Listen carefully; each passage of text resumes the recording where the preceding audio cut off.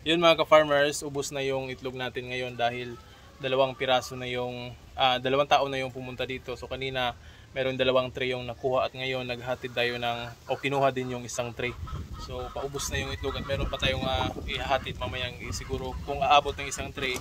So sold out lahat ng mga itlog natin. So wala na tayong maibenta ngayon. Sa susunod na mga araw kung maraming itlog na iitlogin yung mga manok natin, meron naman tayong pangbenta. So yun, kahit small na benta natin kasi wala na tayong ibang available dito. So small na lang yung natira kaya yun ang nakuha ng ating customer. So dahil yung mga itlog siguro ngayon sa palengke ay nagmahalan at yung sa atin ay fresh na fresh. So bagong harvest talaga yung makukuha nila dito. Kaya dinadayog tayo o dinuduyog tayo ng mga maraming pumupunta o kumukuha ng itlog dito sa atin. Alright? Ito na yung white leghorn na rooster natin mga ka-farmers. Dito natin nilalagay sa mga apo niya. So yan.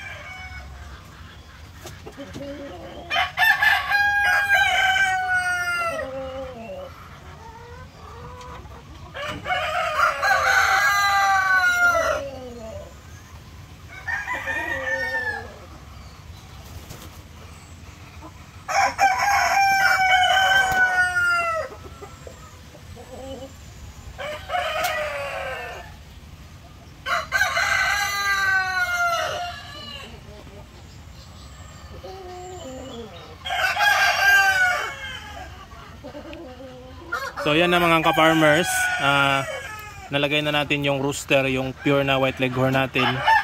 So ito yung mga apo niya.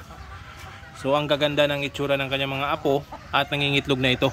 So yung itlog nila ay malalaki na rin, pwede nang i-incubate natin. Kaya isasalang na natin ito para makapag-produce tayo ng mga materialis na white leghorn. So ayan. So siguro mga 5 araw pa pwede na natin kolektahin yung mga itlog dito.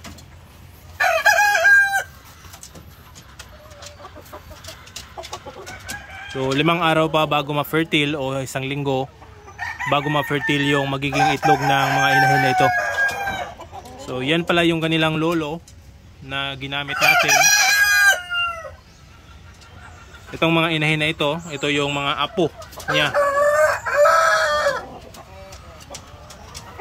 So yan. Alright.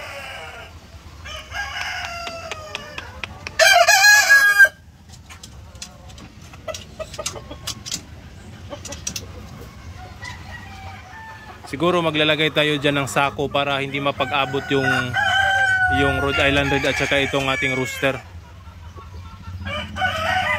So matatapang yan, matatapang itong Rhode Island. Kaya lalagyan natin yan ng sako. Alright. Yan mga ka-farmers, hindi na sila mag-aabot dyan. So meron na tayong pangharang na inilagay. So yung mga rooster natin, hindi na yan mag-aaway. So yan, naglagay tayo ng pangharang. Alright. Ito mga ka-farmers, meron tayong saging at saka sapal ng niyog. Ipapakain natin dito sa mga manok natin. So yan, gutom na gutom itong mga manok na ito. Alright.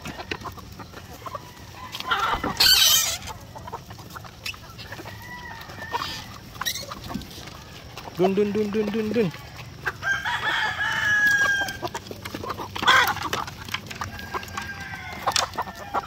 Banana. Kain banana.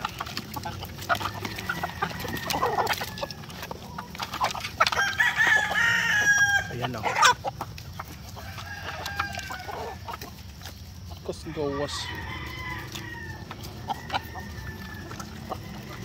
Yan.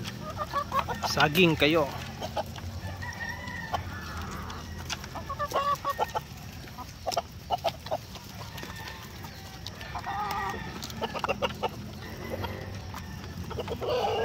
Tapos lalagyan natin ng sapal ng niyog. Yan. Kalabas yung isa. Isa daw ganyan kaagi. Dali. Uy.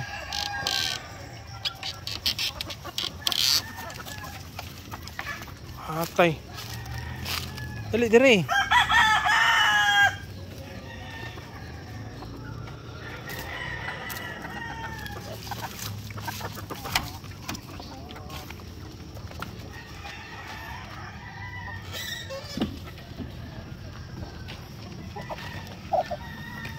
Pa.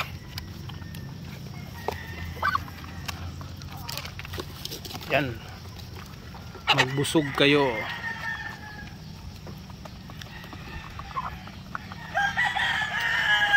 Dadagdagan pa natin.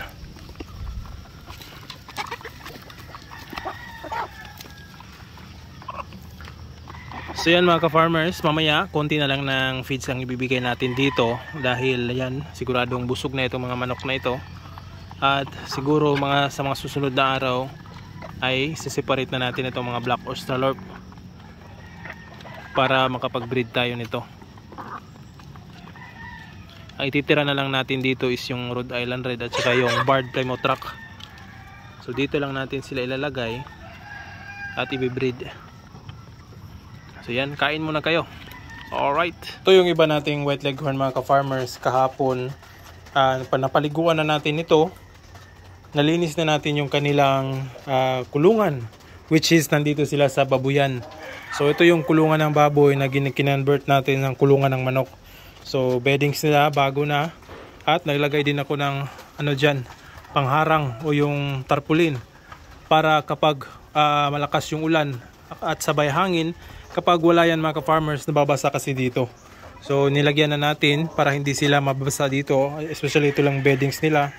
At ito, kahapon din naglagay ako ng kawayan dyan para maipatong itong kanilang pugaran.